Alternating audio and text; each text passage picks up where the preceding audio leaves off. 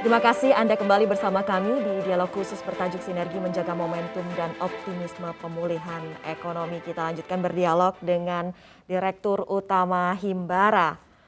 Kita ke Pak Darmawan Junaidi terlebih dahulu. Pak Darmawan, iya, seperti apa Pak strategi dari Bank Mandiri untuk mengakselerasi pertumbuhan kredit khususnya di segmen korporasi dan industri, Pak? Terima kasih Mbak Alin. Mungkin saya ingin melihat dulu bagaimana kita menghadapi kondisi pandemi ini di tahun 2020. Yang pada saat itu mungkin kita masih belum memiliki perencanaan menghadapi masa pandemi. Tetapi yang kita harus jaga pada saat itu adalah bagaimana kita mempersiapkan kondisi bank untuk lebih resilience dan memiliki daya tahan apabila kita harus memang dalam survival mode, tetapi kita tidak pernah lupa juga untuk menyiapkan strategi apabila memang sudah memulai masa reopening. Nah, ini yang kita lihat dari perjalanan di tahun 2020, kita melihat memang banyak program yang kita syukuri dan kita sangat berterima kasih kepada pemerintah dan juga kepada KSSK terutama di Bank Indonesia, Kementerian Keuangan, OJK, dan juga LPS yang sudah memberikan banyak dukungan sehingga kita melihat efek sentimen positif terjadi. Dan kalau kita lihat memang pertumbuhan yang kita capai hari ini adalah kita bisa memanfaatkan sentimen positif tersebut. Di mana yang pertama memang kita hadapi masa pandemi dengan protokol kesehatan pastinya dan juga keberhasilan dari progres vaksinasi yang sudah berjalan. Memang kita hadapi masih besar tantangan untuk adanya case COVID ini yang masih terdampak juga dengan varian Delta ke depan. Tetapi dengan berbagai kebijakan, terutama di pasar keuangan, kita lihat yang membuat kita semakin confident untuk melanjutkan skenario untuk mulai mendukung pertumbuhan. Nah, kita lihat juga respons positif juga kita dapatkan dari faktor eksternal ataupun pasar global yang memang sangat inline dengan apa yang direncanakan oleh sektor swasta yang terutama terkait dengan ekspor. Nah, ini yang terjadi sebetulnya. Dan kita kalau melihat secara siklus untuk memperlihatkan apakah yang kita biaya itu memang memberikan output yang positif, ternyata memang kita lihat sekarang dengan berbagai faktor yang positif itu sudah terlihat hasil yang bahkan lebih tinggi daripada apa yang kita rencanakan sampai dengan semester 1 2021 ini.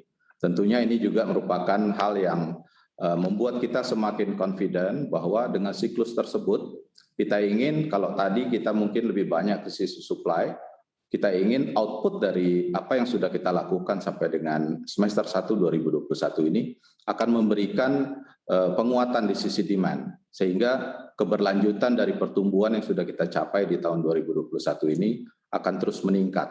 Artinya kita juga optimis bahwa hasil 2021 kita juga sinergikan dengan strategi bahwa kita sudah mulai harus juga memperhitungkan mendukung pertumbuhan di semester 2 bahkan ke tahun depan gitu.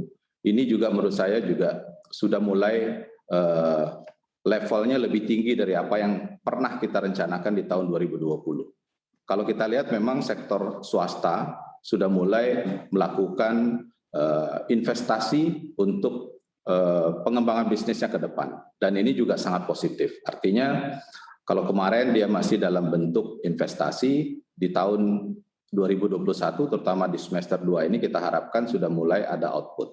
Sehingga secara trickle down effect kepada segmen di bawahnya juga akan menerima manfaat.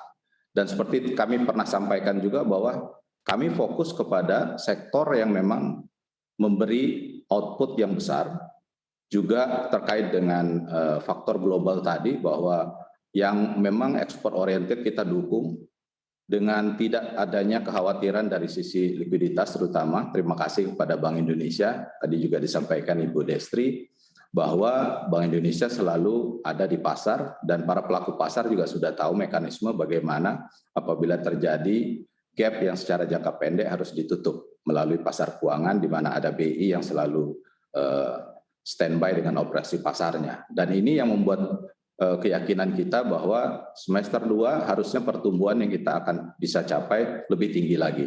Seperti tadi juga disampaikan, salah satu faktor yang sangat kuat adalah meningkatnya konsumsi.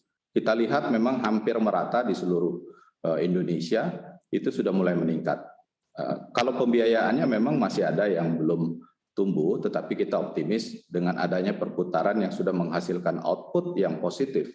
Kalau kita lihat PDB 7,07% sampai dengan semester 1 2027, artinya ada penambahan value, paling tidak sebesar percentage yang sudah dihasilkan tersebut adalah menjadi benchmark baru untuk kita terus melakukan upaya agar pertumbuhan ekonomi bisa betul-betul dimanfaatkan oleh masyarakat. Terlepas dari memang kita masih menghadapi tantangan pandemi COVID yang masih terus dengan varian Delta, bahkan ada hal-hal yang mungkin hal baru dari virus tersebut gitu. Tapi kita terus dukung, terutama dengan bagaimana sektor-sektor itu terus bertambah, tidak hanya sektor-sektor yang kemarin mungkin di semester 1 kita dukung, tapi kita lihat dari perputaran yang sudah berhasil ini akan menambah banyak sektor yang mungkin juga sekarang sudah mulai harus juga kita dukung untuk tumbuh. Ya. Dari Tetap kami, terima optimistis kasih. ya Pak, bisa tumbuh, kita mempertahankan pertumbuhan ekonomi yang sudah kita torehkan di triwulan 2 ini bisa sustain di triwulan 3. Saya juga ingin mendengarkan seperti apa optimisme dari Direktur Utama BNI Bapak Royke Tumilaar. Seperti apa Pak strategi dan juga kontribusi dari BNI Pak untuk menjaga pertumbuhan ekonomi kita sustain di triwulan 3 juga Pak. Terima kasih Alin. Saya langsung aja bahwa kalau dilihat dengan kondisi sekarang ini bahwa dengan pada saat kita COVID kelihatan banyak perbankan juga mulai merubah strategi antara lain dengan digitalisasi. Dan kedua kita lihat tadi pemulihan ekonomi ini juga didukung antara lain dengan harga komoditi yang relatif juga cukup tinggi naik ya.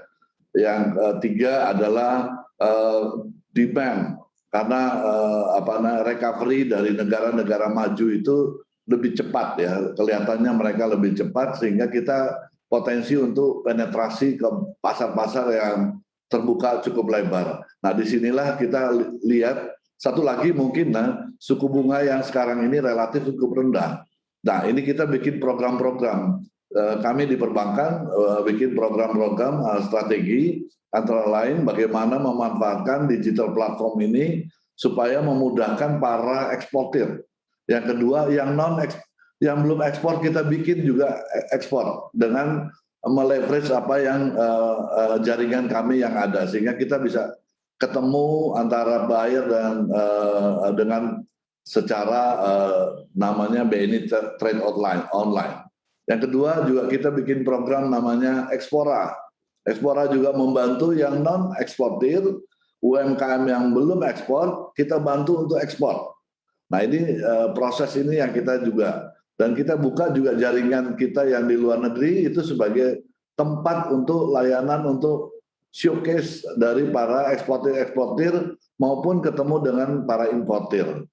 Dan yang paling terakhir tentu kita tetap akan menggenjot kredit, ya mumpung bunga lagi murah gitu kan, dan program pemerintah cukup baik di dalam menggenjot untuk hilirisasi ya. Jadi ke downstream ini juga salah satu program kami untuk meningkatkan kredit bukan sekedar hanya di komoditi, tapi kalau bisa juga masuk di hilirisasi supaya meningkatkan nilai tambah yang cukup untuk Indonesia. Jadi banyak sekali strategi yang kita bikin. Kebetulan kami memang punya jaringan di luar negeri cukup banyak. Ini akan memudahkan juga untuk mendorong para UMKM maupun para eksportir besar untuk lebih mengakselerasi opportunity yang ada baik dengan bunga murah maupun keterbukaan market yang cukup lebar sekarang ini. Saya demikian dari kami. Oke, terima kasih Pak Royke. Itu tadi dari aspek bagaimana strategi dan juga kontribusi untuk meningkatkan ekspor dan kinerja perdagangan. Kita ke Pak Haru Kusmahargyo, Direktur Utama BTN. Seperti apa juga strategi dan kontribusi dari BTN untuk mempertahankan dan menjaga momentum pemulihan ekonomi ini, Pak Haru? Terima kasih. Jadi kalau kita lihat dari pertumbuhan PDB yang 7% tadi, kalau kita bedah begitu, ada satu komponen saya mau menambahkan dari Bapak-Bapak Dirut yang lain dari sektor perumahan. Jadi untuk perumahan itu tumbuh 2,3 dan kalau kita track 3 kuartal sebelumnya itu juga tumbuh positif. Jadi intinya dengan pertumbuhan yang 7,7 ini bagaimana kita bisa mengawal momentumnya untuk tetap bisa robust ke depan. Nah, salah satu caranya adalah kebijakan yang ada di sektor perumahan itu bisa dilanjutkan sehingga terjadi pertemuan antara demand dan supply. Di sektor perumahan kalau kita tahu sebenarnya kebutuhan rumah itu masih sangat tinggi. Namun untuk mencapai titik permintaan ini butuh stimulus. Jadi kebutuhan rumah ya, tetapi apakah sampai ke permintaan? Mungkin belum. Kenapa sebabnya?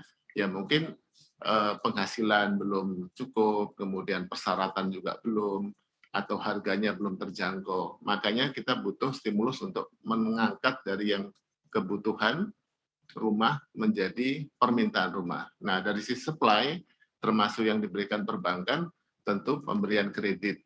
Nah, ini juga diberikan subsidi dari pemerintah supaya bunganya lebih murah, jangka panjang begitu. Oleh karena itu, kita tetap mendorong ini bisa terjadi pertemuan supply dan demand lebih cepat dan lebih banyak dengan kebijakan-kebijakan yang sudah ada seperti yang diberikan oleh Bank Indonesia, oleh OJK, Kementerian Keuangan, baik dari fiskal seperti pajak, kemudian LTV, kemudian juga ATMR yang lebih rendah gitu, dan juga stimulus dari Kementerian PUPR misalnya, itu akan sangat membantu. Nah, di luar itu juga kita kerjasama dengan para stakeholders, dengan partners dalam memberikan supply. Jadi BTN juga memberikan kredit konstruksi untuk perumahan, terutama yang MBR, agar terjadi supply. Rumah-rumah ini harus tentu sehat, gitu ya, affordable, harganya terjangkau, strategis, seperti yang disampaikan oleh Pak Erick Thohir, Pak Menteri BUMN, bahwa kita akan sediakan rumah-rumah yang ada di urban area, yang ada di kota-kota besar, yang punya akses terhadap public transportation dan lain-lain. Ini akan segera kita luncurkan mudah-mudahan tahun depan. Ini akan memudahkan akses bagi para commuters, para millennials yang bekerja terutama di perkotaan untuk bisa mudah bekerja ke tempat kerjanya. Saya kira itu dari Bank BTN. Oke, terima kasih Pak Haru. Kami akan kembali dengan mendengarkan pandangan dari Pak Sunarso selaku Ketua Himbara dan juga Direktur Utama BRI. Tetaplah bersama kami, dialog khusus bertajuk Sinergi Menjaga Momentum dan Optimisme Pemulihan Ekonomi akan kembali usai jeda.